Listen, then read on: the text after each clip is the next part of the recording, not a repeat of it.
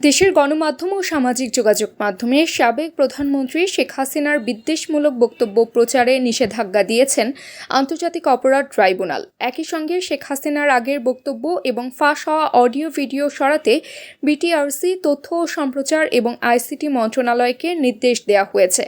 বৃহস্পতিবার প্রসিকিউশন টিমের এক আবেদনের শুনানি শেষে ট্রাইব্যুনালের চেয়ারম্যান বিচারপতি মোহাম্মদ গোলাম মর্তুজার নেতৃত্বাধীন ৩ সদস্যের বেঞ্চে এই আদেশ দেন।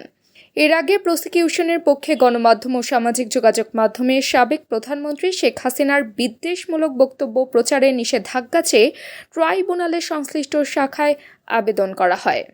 গত ৫ আগস্ট ছাত্র জনতার অভ্যুত্থানের মুখে পদত্যাগ করে ভারতে চলে যান সাবেক প্রধানমন্ত্রী শেখ হাসিনা। সেখানে অবস্থান করে সামাজিক যোগাযোগ মাধ্যম সহ বিভিন্ন জায়গায় অন্তর্বর্তীকালীন সরকারকে নিয়ে নানা কটূক্তি করেছেন তিনি। এছাড়া বিভিন্ন ইস্যুতেও কথা বলতে শোনা গেছে তাকে। প্রসিকিউশনের ভাষায় তিনি যেসব বলছেন তা বিদ্বেষমূলক, সেগুলো বন্ধেই এই আবেদন করা হয়েছে।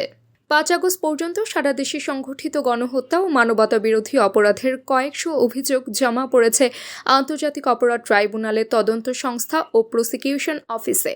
গত ১৭ অক্টোবর শেখ হাসিনা সহ ৪৬ জনের বিরুদ্ধে গণহত্যা ও মানবতাবিরোধী অপরাধের অভিযোগে গ্রেফতারি পরোয়ানা জারির মধ্য দিয়ে আন্তর্জাতিক অপরাধ ট্রাইব্যুনালের বিচারিক কার্যক্রম শুরু হয়। এরই মধ্যে গণহত্যা ও মানবতাবিরোধী অপরাধের অভিযোগে গ্রেফতার দেখিয়ে আওয়ামী লীগ সরকারের সাবেক ৯ মন্ত্রী, ২ উপদেষ্টা, অবসরপ্রাপ্ত এক বিচারপতি ও সাবেক সচিবকে কারাগারে রাখার নির্দেশ দিয়েছেন আন্তর্জাতিক অপরাধ ট্রাইব্যুনাল।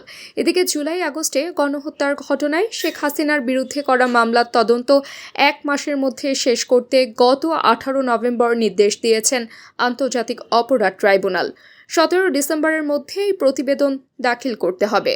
এর আগে শেখ হাসিনাকে গ্রেফতারে ইন্টারপোলের রেড নোটিশ জারির আবেদন করা হয়।